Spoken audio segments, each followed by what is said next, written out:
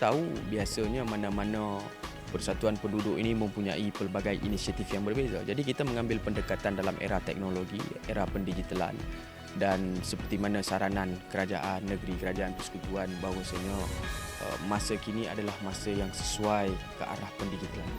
Jadi kita memperkenalkan satu inisiatif pendigitalan yang khusus untuk warga penduduk.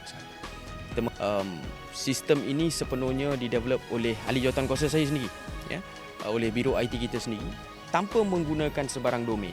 Ya. Kita hanya web based, dan kad ini sebenarnya bila penduduk saya guna, dia boleh terus link kepada website persatuan. That's number one. Number two, fokus kita buat kad ini sebab kita nak ada one stop center yang merekodkan segala data. So kita letakkan konsep e-usahawan ini untuk kita promote their own businesses. That is number one.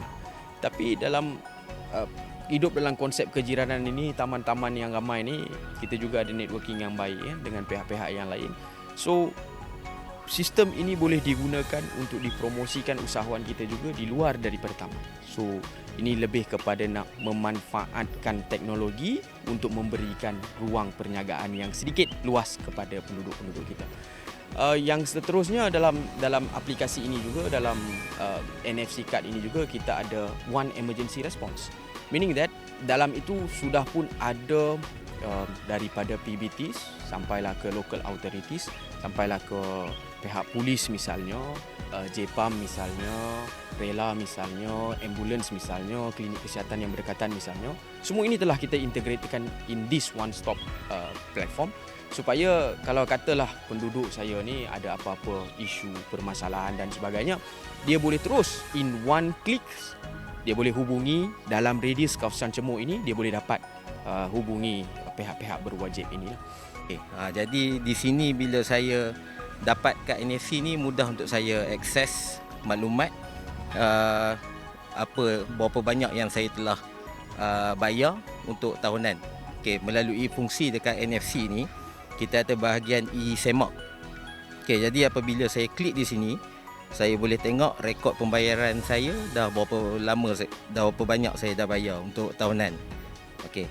Mana-mana yang ada usahawan kecil dekat dalam taman kita ni, kita dah masukkan semua detail diorang kat dalam ni. Okay, dan kita dah buat listing lah. Sekiranya diorang berniaga apa tu, kita boleh terus direct dengan kontak dengan diorang.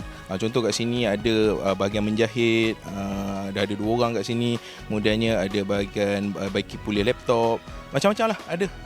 Jadi dengan ada ni saya tahu, okey, saya ambil kad saya tap dan saya terus dah dapat link kepada contoh bomba, polis, kita ada TNB. Jadi dekat situ kita macam dah ada something yang one stop center tu senang untuk kita akses. Jadi semua perkhidmatan ni akan meliputi di kawasan bahagian Cemuk ni juga.